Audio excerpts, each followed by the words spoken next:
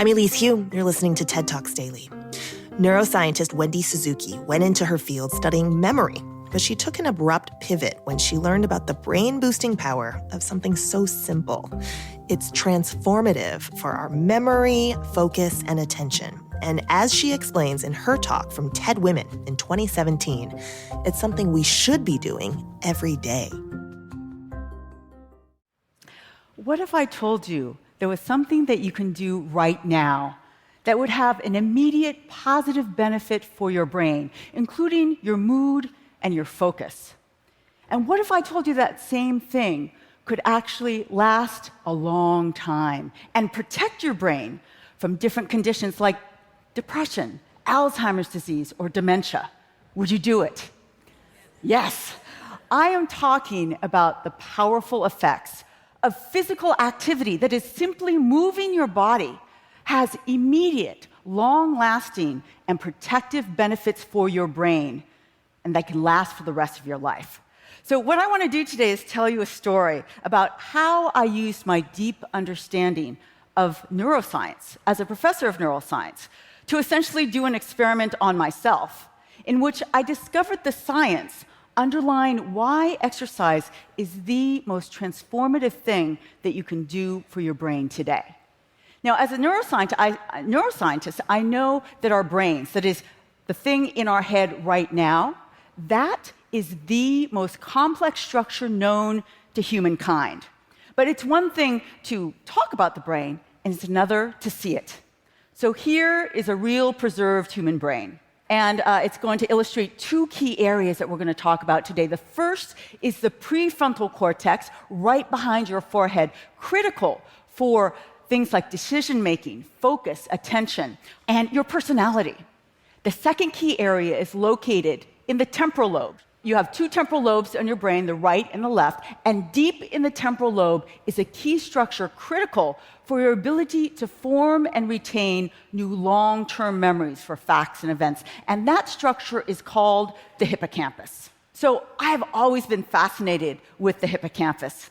How could it be that an event that lasts just a moment, say your first kiss, or the moment your first child was born, can form a memory that has changed your brain that lasts an entire lifetime? That's what I want to understand. I wanted to start and record the activity of individual brain cells in the hippocampus as subjects were forming new memories, and essentially try and decode how those brief bursts of electrical activity, which is how neurons communicate with each other, how those brief bursts either allowed us to form a new memory or did not. But a few years ago, I did something very unusual in science.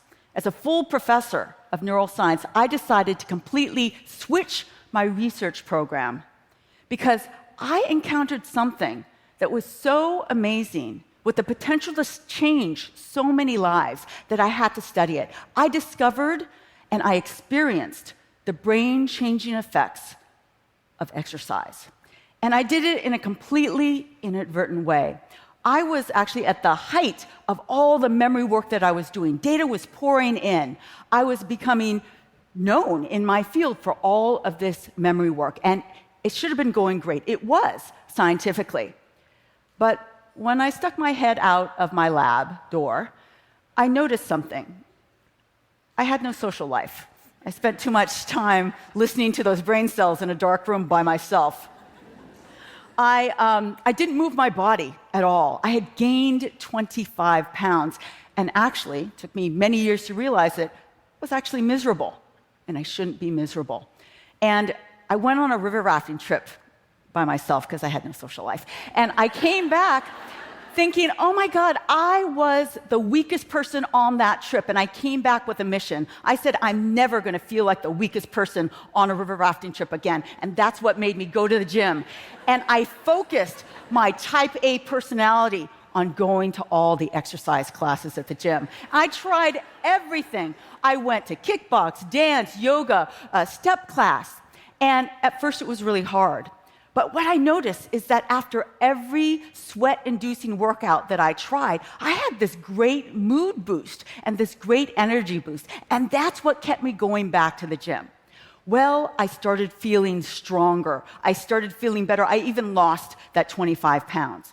And now, fast forward a year and a half into this regular exercise program, and I noticed something that really made me sit up and take notice. I was sitting at my desk writing a research grant, and a thought went through my mind that had never gone through my mind before. And that thought was, gee, grant writing is going well today. And all the scientists always laugh when I say that because grant writing never goes well. It is so hard. You're always pulling your hair out trying to come up with that $1 million winning idea. But I realized that the grant writing was going well because I was able to focus and maintain my attention for longer than I had before. And my long-term memory, what I was studying in my own lab, seemed to be better in me. And that's when I put it together. Maybe all that exercise that I had included and added to my life was changing my brain. Maybe I did an experiment.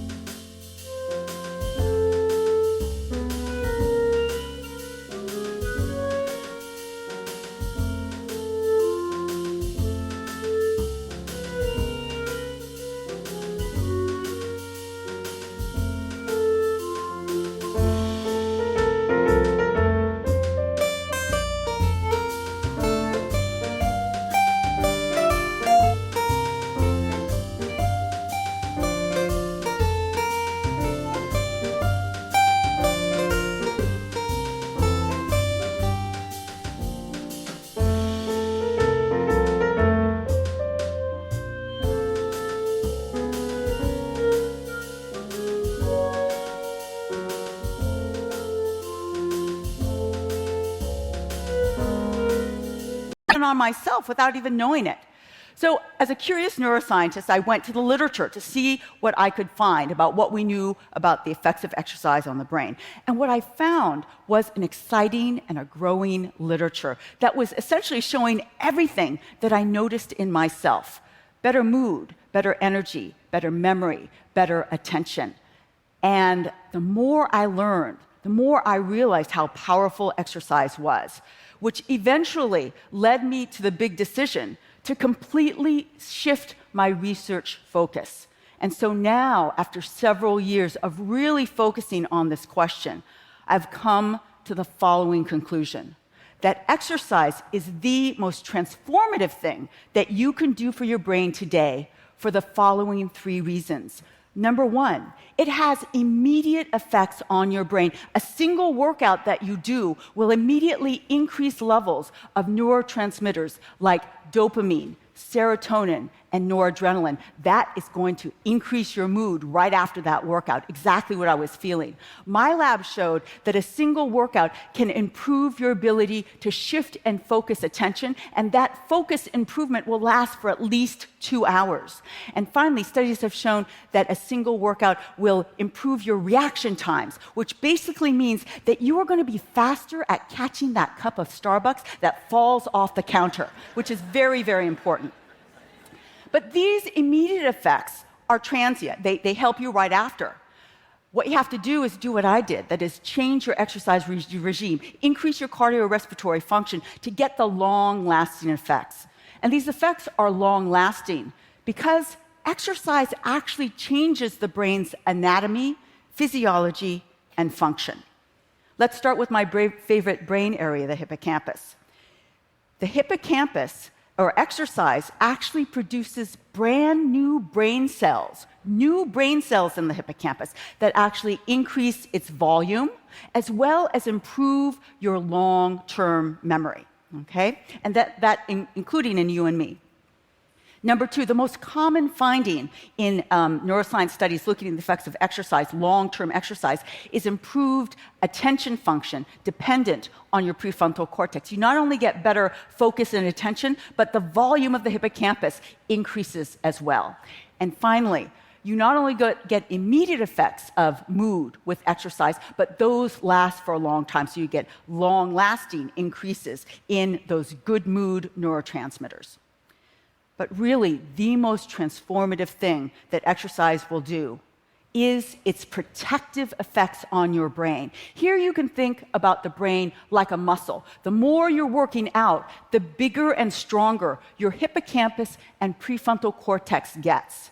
Why is that important? Because the prefrontal cortex and the hippocampus are the two areas that are most susceptible to neurodegenerative diseases and normal cognitive decline in aging. So with increased exercise over your lifetime, you're not going to cure dementia or Alzheimer's disease. But what you're going to do is you're going to create the strongest, biggest hippocampus and prefrontal cortex, so it takes longer for these diseases to actually have an effect. You can think of exercise, therefore, as a supercharged 401k for your brain, okay? And it's even better because it's free. So this is the point in the talk where everybody says, that sounds so interesting, Wendy, but I really only want to know one thing, and that is just tell me the minimum amount of exercise I need to get all these changes. And so I'm going to tell you the answer to that question. First, good news, you don't have to become a triathlete to get these effects. The rule of thumb is you want to get 3 to 4 times a week exercise, minimum 30 minutes an exercise session, and you want to get aerobic exercise in. That is, get your heart rate up. And the good news is you don't have to go to the gym to get a very expensive gym membership. Add an extra walk around the block in your power walk. You see stairs? Take stairs. And power vacuuming can be as good as the aerobics class that you were going to take at the gym. So I have gone from memory pioneer to exercise explorer, from going into the innermost workings of the brain to trying to understand how exercise can improve our brain function. And my goal in my lab right now is to go beyond that rule of thumb that I just gave you, 3 to 4 times a week, 30 minutes.